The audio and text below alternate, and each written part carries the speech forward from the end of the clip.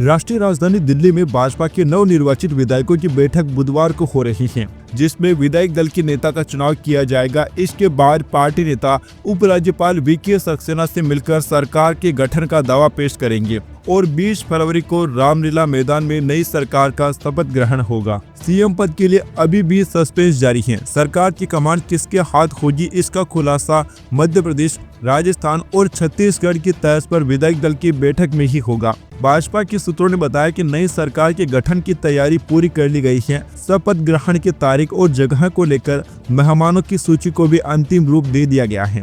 विधायक दल की बैठक के लिए पार्टी महासचिव विनोद तावड़े और तरुण चुग को पर्यवेक्षक नियुक्त किया गया है। शपथ समारोह में 20,000 लोगों को जुटाने की योजना बनाई जा रही है। करीब 26 साल बाद देश की राजधानी में सत्ता हासिल करने के बाद नए सरकार के शपथ ग्रहण समारोह को खास बनाने की तैयारी भी शुरू हो चुकी है। भाजपा की योजना हरियाणा में हुए शपथ ग्रहण की तरह ही दिल्ली में राज्य का शक्ति प्रदर्शन कराने की है। नए सीएम की शपथ में खुद पीएम मोदी, भाजपा और एनडीए शासित 21 राज्यों और केंद्र शासित प्रदेशों के मुख्यमंत्री, केंद्रीय मंत्री, कई उद्योगपति, फिल्मी सितारे और खिलाड़ी मौजूद रहेंगे। सरकार के गठन के लिए भाजपा अध्यक्ष जेपी नड्डा और गृह मंत्री अमित शाह 2 मैराथन बैठक कर चुके हैं। सीएम पद के लिए महिला, दलित और क्षेत्रीय समीकरण के अनुरूप 3 फॉर्मूले तय किए गए हैं। दोस्तों, आपको बताना चाहेंगे कि भारतीय जनता पार्टी ने दिल्ली में सरकार गठन के लिए अपनी तैयारी पूरी कर ली है। इस संबंध में 20 फरवरी को रामलीला मैदान में मुख्यमंत्री और उनके कैबिनेट के सदस्यों के होने वाले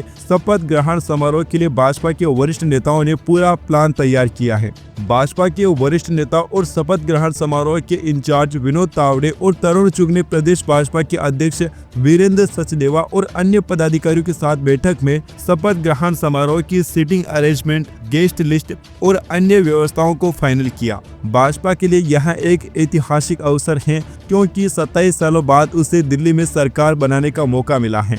भाजपा ने समारोह को एक ग्रैंड लेवल पर आयोजित करने की योजना बनाई है, जिससे यहां आयोजन दिल्ली वासियों और पार्टी कार्यकर्ताओं के लिए यादगार बन सके। भाजपा के अनुसार शपथ ग्रहण समारोह में राष्ट्रीय नेतृत्व के अलावा केंद्रीय मंत्री और भाजपा एनडीए शासित राज्यों के मुख्यमंत्री और उप मुख्यमंत्री शामिल होंगे। लिहाजा कार्यक्रम में पीएम मोदी, गृह मंत्री अमित शाह, भाजपा अध्यक्ष जेपी नड्डा और केंद्रीय मंत्रियों के अलावा बिहार के मुख्यमंत्री नीतीश कुमार, आंध्र प्रदेश के मुख्यमंत्री चंद्रबाबू नायडू और एलजेपी के राष्ट्रीय अध्यक्ष चिराग पासवान समेत कई महत्वपूर्ण नेताओं के शामिल होने की संभावनाएं जताई जा रही हैं। इसके अलावा फिल्मी सितारों के अलावा उद्योगपति, खिलाड़ी, राजनयिक और साधु संत भी समारोह का हिस्सा बन सकते हैं। दोस्तों, दिल्ली में सीएम का नाम अभी तक फाइनल नहीं हुआ है, लेकिन सोशल मीडिया पर नुपुर शर्मा के नाम की चर्चा अभी भी जारी है। राजधानी दिल्ली की क्या अगली मुख्यमंत्री बनेगी नुपुर शर्मा? आपको बताना चाहेंगे कि नुपुर शर्मा पैगंबर मोहम्मद पर विवादित बयान देने के बाद से ही सुर्खियों में आई है। इस बार की दिल्ली विधानसभा चुनाव में बड़ा उलटफेर हुआ और बीजेपी ने शानदार जीत हासिल की है। लेकिन दोस्तों, मुख्यमंत्री के चेहरे को लेकर अभी भी तकरार बीजेपी में खत्म नहीं हो पाई है। बीजेपी के उम्मीदवार प्रवीश वर्मा ने इस बार अरविंद केजरीवाल को जबरदस्त चुनाव में मात दी है। उनके नाम की भी सीएम पद को लेकर चर्चा चल रही है। इसके अलावा सोशल मीडिया पर तो नुपुर शर्मा का नाम छाया हुआ है। इस बार के चुनाव में आम आदमी पार्टी ने मात्र 22 सीटों पर जीत हासिल की, जबकि कांग्रेस पार्टी एक बार फिर से शून्य पर सिमटी है। बीजेपी की इस बड़ी जीत के बाद नुपुर शर्मा का नाम सामने आ रहा है। लोग उन्हें दिल्ली का अगला सीएम बनाना चाहते हैं और दिल्ली चुनाव के दौरान सोशल मीडिया पर नुपुर शर्मा को हिंदू चेहरा बनाने और मुख्यमंत्री बनाने की मांग तेज हुई। अब दिल्ली की जीत के साथ ही सोशल मीडिया पर इस मांग को लेकर और भी चर्चाएं हो रही हैं। दोस्तों, आपको बताना चाहेंगे कि नुपुर शर्मा बीजेपी की प्रमुख प्रवक्ताओं में से एक रही हैं। उनकी पहचान एक प्रभावशाली हिंदूवादी नेता के रूप में बन चुकी है। उन्होंने 2008 में दिल्ली विश्वविद्यालय में एबीवीपी को जीत दिलाई थी। तब से ही उन्होंने एक अच्छी खासी पहचान बना ली थी। नुपुर शर्मा दिल्ली के साथ ही पूरे देश में एक चर्चित और लोकप्रिय नेता हैं। उनके समर्थक मानते हैं कि उनकी हिंदूवादी छवि बीजेपी के लिए फायदेमंद साबित होगी, खासकर ऐसे समय में जब पार्टी ने दिल्ली में बड़ी जीत हासिल की। कुछ साल पहले ही नुपुर शर्मा ने एक टीवी इंटरव्यू में विवादित बयान दिया था, जिसके कारण वे चर्चा में आ गई थी। उन्होंने अपनी विवादित टिप्पणी में मुस्लिम धर्म की किताब का संदर्भ दिया था। जिसे लेकर पूरे देश पे विवाद खड़ा हो गया था और इसके परिणाम स्वरूप उन्हें बीजेपी ने निलंबित कर दिया था। हालांकि नुपुर शर्मा के समर्थकों का मानना है कि उनका राजनीतिक करियर एक बार फिर से सक्रिय होना चाहिए और जब बीजेपी दिल्ली में सत्ता में आने वाली है तो उन्हें मुख्यमंत्री बनाया जाए। अगली सीएम के रूप में नुपुर शर्मा के अलावा बीजेपी के प्रवेश वर्मा का नाम सीएम फेस के रूप में सामने आ रहा है। प्रवेश वर्मा ने अरविंद केजरीवाल को हराकर यह सीट जीती है। दोस्तों, आपको बताना चाहेंगे कि इस बार दिल्ली किसी ऐसे चेहरे को चाहती है जो अरविंद केजरीवाल को बिल्कुल बुला दे,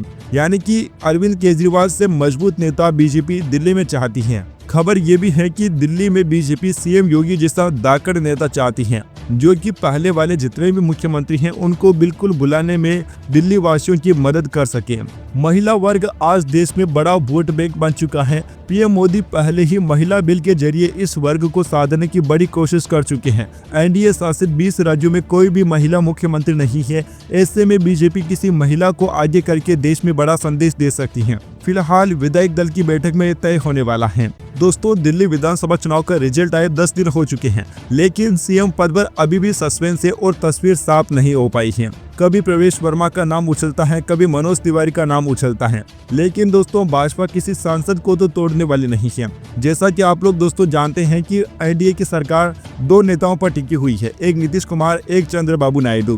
भाजपा के पास पहले से ही इस बार कम सांसद हैं। ऐसे में भाजपा किसी सांसद को तो तोड़ने वाली नहीं है। ऐसे में भाजपा किसी सांसद को तोड़ना नहीं चाहेगी, क्योंकि अगर भाजपा किसी सांसद को सीएम बनाती है तो उन्हें पहले सांसद ही छोड़कर विधानसभा का सदस्य बनना होगा और भाजपा ये जोखिम बिल्कुल भी लेना नहीं चाहती है कि उनके सांसद कम पड़ जाए। दरअसल दिल्ली का अगला सीएम कौन होगा, यह हर दिल्ली वाले के मन में सवाल है। दिल्ली में बीजेपी की तरफ से मुख्यमंत्री का नाम फिलहाल के लिए तय नहीं है। इसके लिए भाजपा के बेहतर मंथन जारी है। कई दौर की बैठकें हो चुकी हैं। खुद पीएम मोदी, अमित शाह और जेपी नड्डा इस पर अपना दिमाग लगा चुके हैं। दिल्ली में सीएम का फैसला लेना महाराष्ट्र की तरह ही सस्पेंस भरा हो रहा है।